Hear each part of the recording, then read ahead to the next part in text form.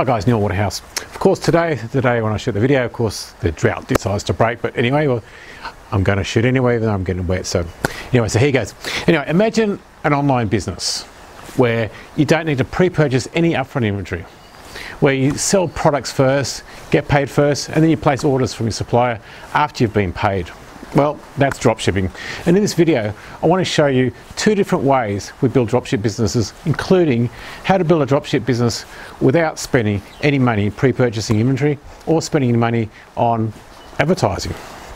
And don't forget, thanks to the internet, it doesn't matter where you live, you can build a dropship business all over the planet, as I'll show you in a sec.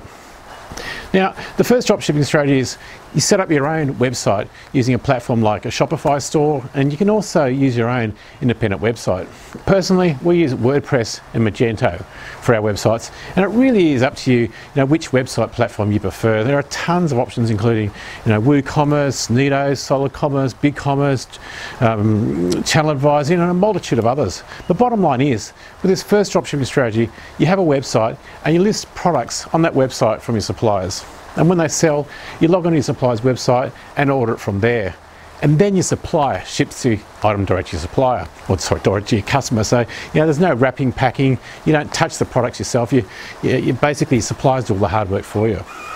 Now, for this strategy, a popular supplier is Chinese-based AliExpress, but you can also use local suppliers as well as other overseas suppliers, including Banggood. However, AliExpress, Banggood and other overseas suppliers can be okay suppliers for your own website, but you most definitely should not use those for eBay and Amazon, as many eBay and Amazon buyers will not wait, sometimes weeks, for delivery.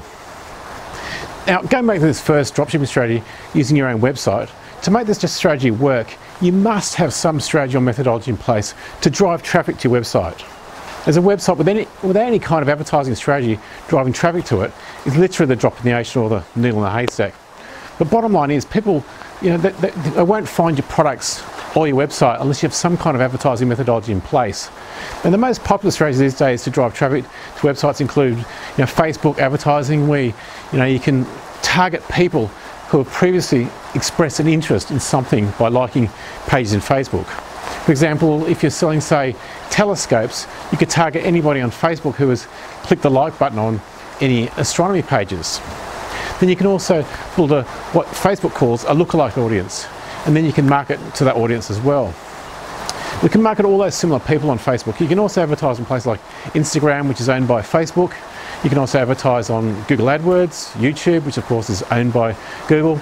And you can also do what is known in the industry as search engine optimization. Now, for most beginners, this type of advertising is like rocket science, and it also costs money.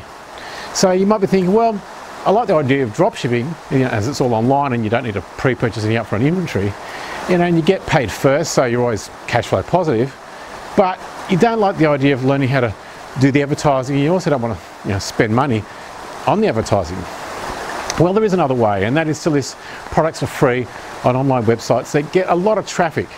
And the two main places are eBay and Amazon. However, there's also other sites like Gumtree, Facebook, Buy, Swap, Sell, etc. Now, although I said they're free, eBay allows you to list up to 40 items for free. And if you open a basic store, which costs around $25 a month, depending on which country you're in, you can list up to 600 items for free. You can also go to different level stores, which allow you to list even more items for free. Amazon also has a store fee, which is around $50 per month, again depending on which country you're in.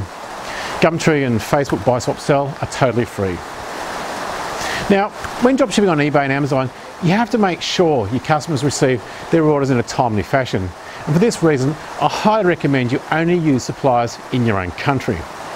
You can build dropship businesses, literally all over the world, and eBay, for instance, is in 27 different countries.